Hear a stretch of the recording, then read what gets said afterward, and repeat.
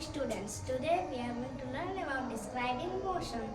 So what is describing motion? So let's start from the introduction. So let me ask you first one question.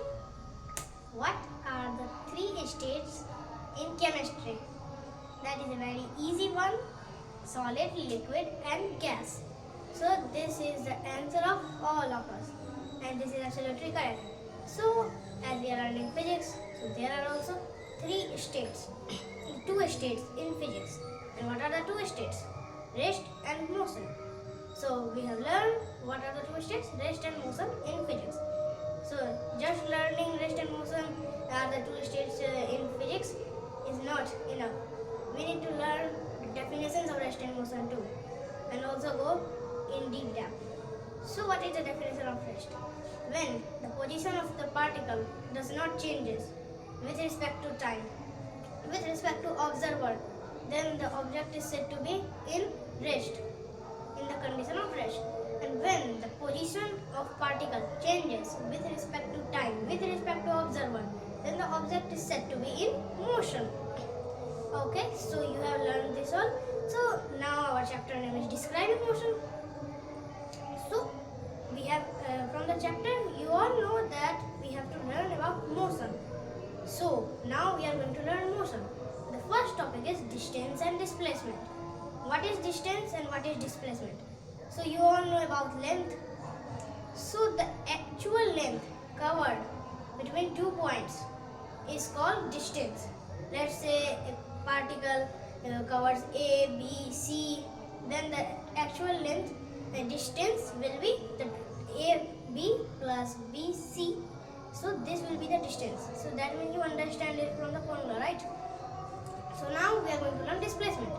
What is displacement? The shortest distance between the shortest distance between 2 points A and B is called displacement. So let me take another example from the same one. Let's say particle travels A, B, C.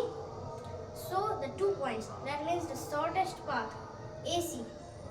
AC is the displacement here. Just I am telling you in the random condition, the actual answer could be AC or not even AC. So you understand displacement? Now the second topic is speed. What is speed?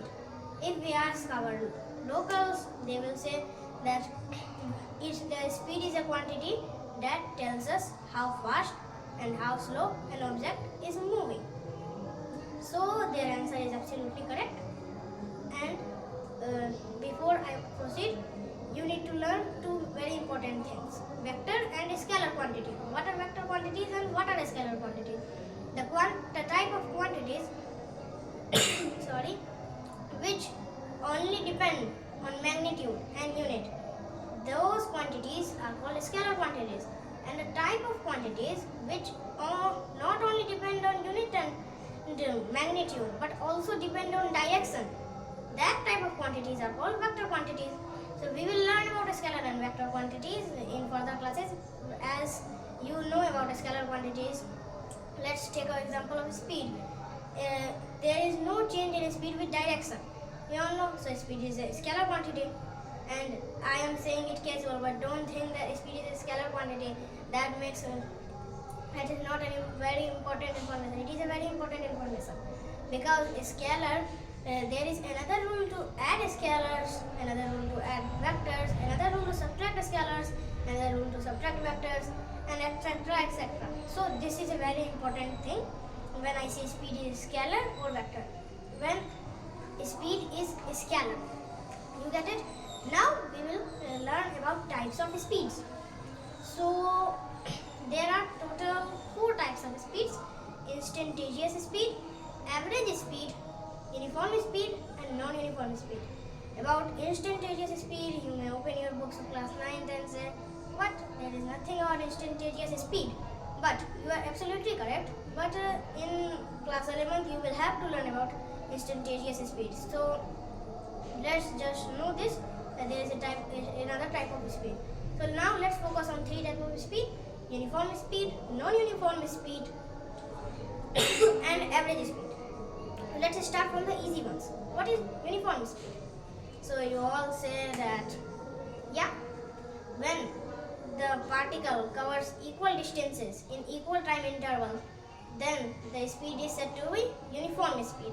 And when the particle covers unequal distances in unequal time intervals, then the particle is said to be in non-uniform motion. Now there is a little bit thinking type of speed named average speed. So yeah, you all say, yeah, we can't understand this. I will let you understand this very easily. In your childhood, you have learned about the race of turtle and hare. Now you say, what? Hare? We have learned about rabbit. So there is a type of rabbit named hare. So let's not discuss on that. We are not discussing biology. We are discussing physics. So coming to the matter, the two animals are hare and tortoise. When we see the story, proceeding the story, hare was faster than turtle according to speed. Yeah, speed tells us this. But hare slept for a very long time, and until that time, turtle reached to the final destination. So if we see hare's speed was greater, but hare's average speed was not greater. Do you understand this? Now you may have to watch the video twice to understand this part, but it's not a big deal. This is a very important part. So here we can see that speed, whatever the value of speed is, average speed value will be the same, is not necessary. Now let me tell you the definition of speed. The average of all the speed is called average speed. Now we will head to the formula. The formula of speed, average speed, is total distance by total time. Let's say there is a path in which there are 3 points A, B and C. There are two particles A and B starts to walk. A covers the distance AB in T1 time and B covers the distance AB in T2 time. And again the same thing, D2 distance in T2 time for A and T2 time for B. You understand this? You may not understand this, just write it down in your notebooks, then you can analyze it, because speaking just could be difficult. Yeah, I understand this. In physics, just speaking is difficult. Now, what were we on? So, average speed formula. We have discussed average speed formula. But what is the formula of speed? You may be wondering that why don't I have told you? Because first learning the types of speeds was important. Now the general formula of speed is equal to distance by time. You understand this? So this is clear to you. Now we are heading to our another topic, velocity. What is velocity? Velocity, first of all, is a vector quantity, and when we consider direction with speed, then the quantity is said to be velocity. So now you understand speed with direction. So also here direction is also included. That is the reason why velocity is said to be vector quantity. Now the formula of velocity is very similar to formula of speed. So let me tell you this first, because you have an idea of speed. Everything is very similar in velocity to speed. So the formula of velocity is displacement by time. So there is only one change. That is formula of speed, there was distance, but in the formula of velocity there is displacement. So that is a very minor change. And you all say from logic that, let's say a particle, there is a particle A, the speed of particle is 2 meter per second, then the velocity of particle should be 2 meter per second. Yeah, but you are wrong here, because velocity could be even different, because there is total displacement. Yeah, so let's say there is a triangle A, B and C here, and the particle, the total distance is AB plus BC. So this could be the distance, and the displacement is AC. So what we got from here, that if the speed could be different from velocity, because the value of AC will be different than value of AB plus BC.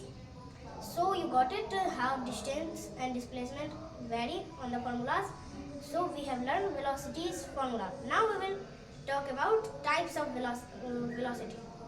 Like we have talked about types of speeds. There are four types of velocities: instantaneous velocity, uniform velocity, non-uniform velocity, and average velocity. Now let me tell you one thing, that instantaneous velocity is also included in senior classes 11th. So but you need to learn this from 9th, that this is also important thing, because this will not be in your 9th books. So let's focus on the matter. So let's start from the uniform and non-uniform velocity. What is uniform and non-uniform velocity? So the definition of uniform velocity is when when the particle travels equal distances, displacements in equal time interval, then the particle is said to be in a uniform velocity. And when the particle travel unequal displacements with unequal time interval, then the particle is said to be in a non-uniform velocity. So this is very similar to the speed part, non-uniform speed and non-uniform speed, just like that, very similar, just not distance but displacement. Uniform and non-uniform velocity is same. So now comes average velocity. So here the formula of average velocity is total displacement by total time. Now I don't need to explain you, because if you have learned about average speed, then it is clear that you will easily learn about average velocity. I don't need to take another example of this. I think that this is clear. Now let me recapitulate you another thing about velocity. Now first we start the formula of velocity, that was total distance by displacement by time, not total, displacement by time. The formula of velocity is displacement by time. The formula of average velocity is total displacement by time. There is no formula of uniform and non-uniform velocity. And you may be wondering that where are the SI units of speed and velocity? So this is very important question, and the answer is similar. The SI unit of speed is meter per second, and the SI unit of velocity is meter per second too. So you may be thinking how the same, because just speed with direction is velocity, yeah. So there is no change in SI unit, just in scalar vector quantities. And you may think just in scalar vector quantities, but adding velocities, subtracting velocities, this could be very differentiating thing. So now we have learned about speed, velocity, distance, displacement, rest, motion. Now what we will learn? We have also discussed types of speeds, types of velocities, also learn about SI units of them. Now we will learn a very important thing, acceleration. So let me tell you first the definition of acceleration. The definition of acceleration is the rate of change of velocity with respect to time is acceleration. From its definition, the formula is clear to you, that the formula of acceleration is final velocity minus initial velocity by time. So you may be thinking, could the value of acceleration be negative? So yeah, if the final velocity is lower than initial velocity, what does that mean? Let's say you start with speed larger, let's say b, and then start decreasing, and the decreasing speed is a. So the also with direction we can say that velocity may be larger or equal to speed. So let's say the velocity is also b, and the speed and the final velocity is also a. Let's consider this. The initial velocity is b and the final velocity is a. And just like running, when you start you are with full speed, and when you stop you are decreasing your speed. So just consider this as velocity. So then the rate, what is rate of change of velocity?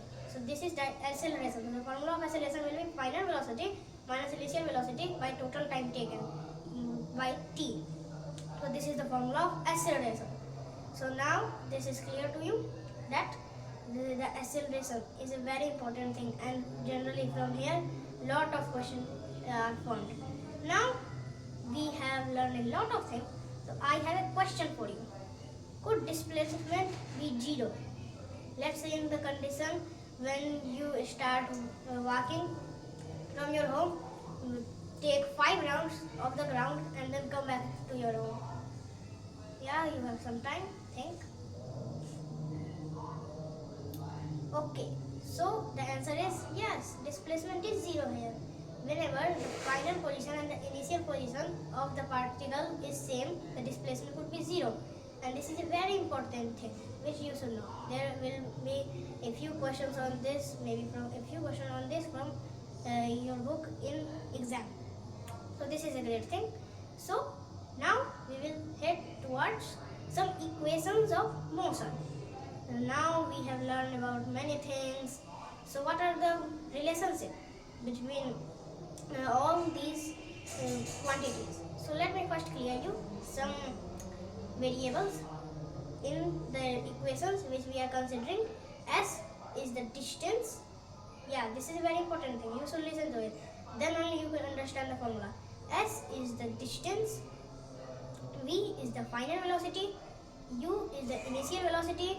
A is the acceleration. T is the time. And there may be some constants like 2, 1 by 2. So this should not be taken. So now let's start our formula. V is equal to U plus AT. That means this is a relation. Final velocity is equal to initial velocity plus acceleration into time. So you understand this? Now the another equation is V square is equal to U square plus 2AS. That means final velocity square is equal to initial velocity square plus 2 multiply acceleration multiply distance. So this is clear. Now we will learn about another equation, that is S is equal to UT plus half AT square, and where find the definition of this is distance is equal to initial velocity into time plus 1 by 2, that is also called half, multiply acceleration multiply time. So these are very important relationship, and generally the numerical type question from this chapter will be only from these formulas. So you got it right. We have now the only thing left is graphs and circular motion. So let's head to our graphs. So first we will have to learn the basic rules of graphs. So I expect from you that you have learned coordinate geometry class 9th maths of chapter 3 of class 9th maths. So then only you will be able to understand graphs. And note it, graphs, there are many questions based on graphs. So now let's start graphs. The rules of graphs. So where there are two axes, x-axis and y-axis.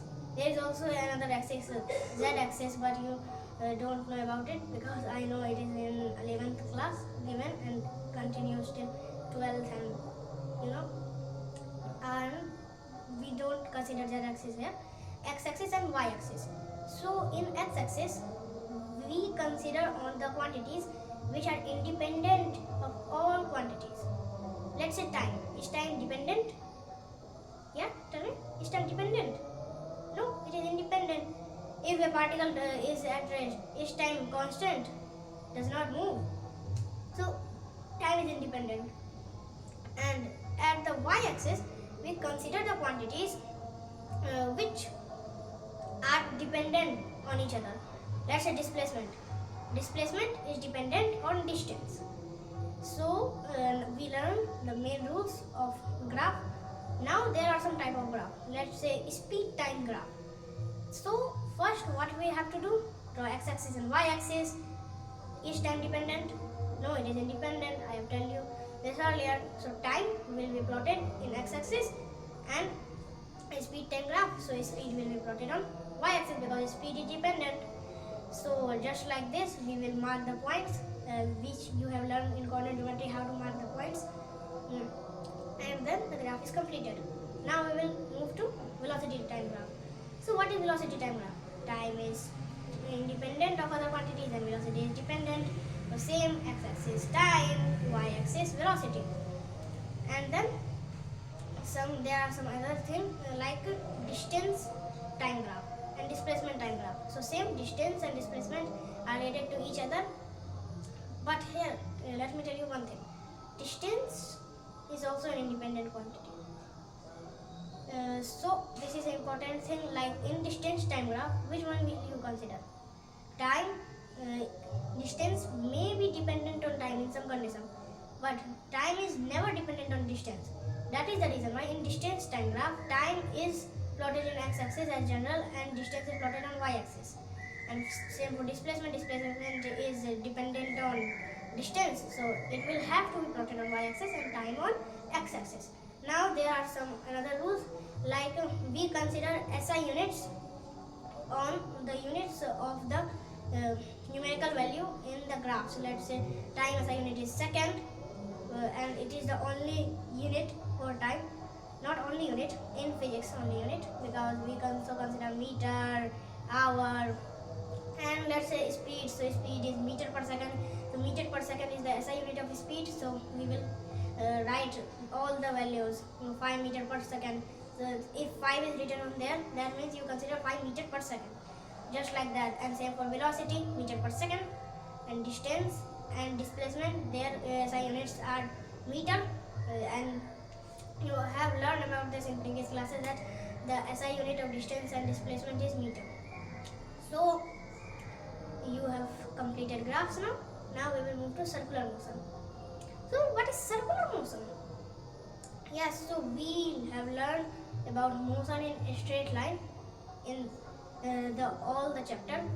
Now we will learn about a motion in which the position of the particle cannot be defined.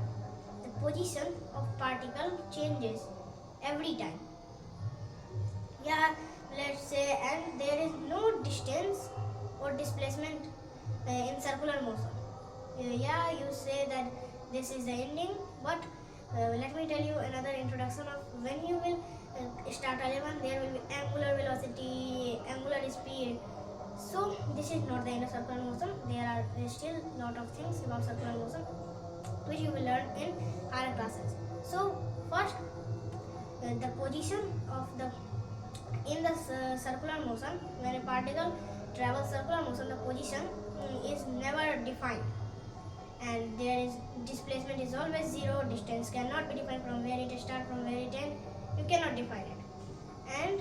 But you can define total distance, which is 2 pi r. The formula is same.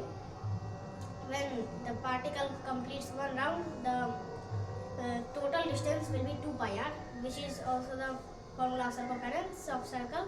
So this is all maths, you know this. So we have completed describing motion, and in NCERT it is written rest and motion in chapter, but it is more describing motion.